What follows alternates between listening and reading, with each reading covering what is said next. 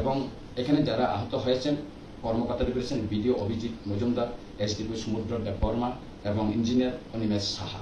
আমি তাদের প্রতি গভীর দুঃখ প্রকাশ করেছি যে এখানে তারা ওই সংঘর্ষ থামানোর জন্য তারা ইনজুর হয়েছেন, তার জন্য আমি দুঃখ প্রকাশ করেছি এবং যারা ঘটনায় ঘটিয়েছেন তাদের প্রতি আমার নিন্দা। নমস্কার। গতকাল 23 অক্টোবর সারা ত্রিপুরায় ত্রিপুরা সিভিল সোসাইটির ডাকে যে বন আহ্বান করা হয়েছিল, সেই বনে যারা এসে পিকেটিংয়ে এসেছেন এবং আমাদের দাবি নিয়ে যারা আন্দোলনে সামিল হয়েছেন, প্রথমে তাদেরকে আমি অভিনন্দন জানাচ্ছি। এবং এটা একটা ত্রিপুরার ইতিহাসে একটা সিভিল সোসাইটির ডাকে যে এত সাকসেসফুল যে বন হয়েছে, এটা ত্রিপুরার ইতিহাসে একটা নজিরবিহীন হয়ে থাকবে বলে আমি মনে করি। আরও একটা দিক হলো, যখন আমরা কালকের বনটা শেষের দিকে প্রায় 5টার পরে আমরা কোন জায়গায় পিকেটিং উঠিয়ে নিয়েছি এবং আগরতলা শহরে আমরা 3টার দিকেই বাইফুটার জন্য আমাদের পিকেটিং উঠিয়ে নিয়েছিলাম। ঠিক 5টার পরে যখন গুডলির সময় কমলপুরে শান্তিবাজার এলাকায় কিছু লোক গিয়ে সেখানে গন্ডগোল করার চেষ্টা করেছিল এবং করেছে, এবং উভয় পক্ষের সংঘর্ষে অনেকজন আহত হয়েছেন এবং এটা খুব দুঃখজনক ঘটনা এবং আমি এদের নিন্দা করি এবং এটা সুস্থ তদন্তের জন্য দাবি জানাচ্ছি।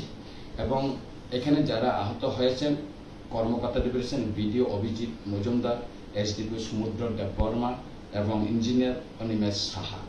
আমি তাদের প্রতি গভীর দুঃখ প্রকাশ করেছি যে এখানে তারা ওই সংঘর্ষ থামানোর জন্য তারা ইনজুর হয়েছেন, তার জন্য আমি দুঃখ প্রকাশ করেছি এবং যারা ঘটনায় ঘটিয়েছেন তাদের প্রতি আমার নিন্দা রইল। আমি হাসপাতালে গিয়ে তাদেরকে দেখতে যাব এবং খুব শীঘ্র খুব তাড়াতাড়ি আমি যাব সেখানে। অপরদিকে আমি আরও খবর পেয়েছি এলাকার সারা রাত আমি সেখানে আমাদের লোকদের সঙ্গে কথা বলেছি। অজিত দেববর্মা উনি ইনজুর্ড হয়েছেন, ওনার পায়ে আঘাত পেয়েছেন, উনি কোলাই হাসপাতালে বর্তমানে চিকিৎসাধীন। নবকুমার দেববর্মা উনি খুব ইনজুর্ড হয়েছেন, ওনাকে খুব মারপিট করা হয়েছে। কাশ্মীরা দেববর্মা ওনার ডাক নাম, উনিও ইনজুর্ড হয়েছেন। আরও দরিয়ান দেববর্মা উনিও ইনজুর্ড হয়েছেন বলে আমি জানতে পেরেছি। আমি আজকে স্পটে যাওয়ার জন্য আমাদের সম্মানিত ডিজিপির সঙ্গে আমি সকালে কথা বলেছি। উনি সেখানে সিচুয়েশনটা এখনো নর্মাল হয়নি বলে বলেছেন অপেক্ষা করার জন্য। তাই আজকে আমি শান্তিবাজারে যাচ্ছি না, আগামীকাল পরশুর দিন আমি সেখানে যাব এবং এখানকার লোকের সবার সঙ্গে আমি কথা বলবো, উভয় সম্প্রদায়ের মানুষের সঙ্গে আমি কথা বলবো এবং আহতদের আমি দেখার জন্য হাসপাতালে যাব।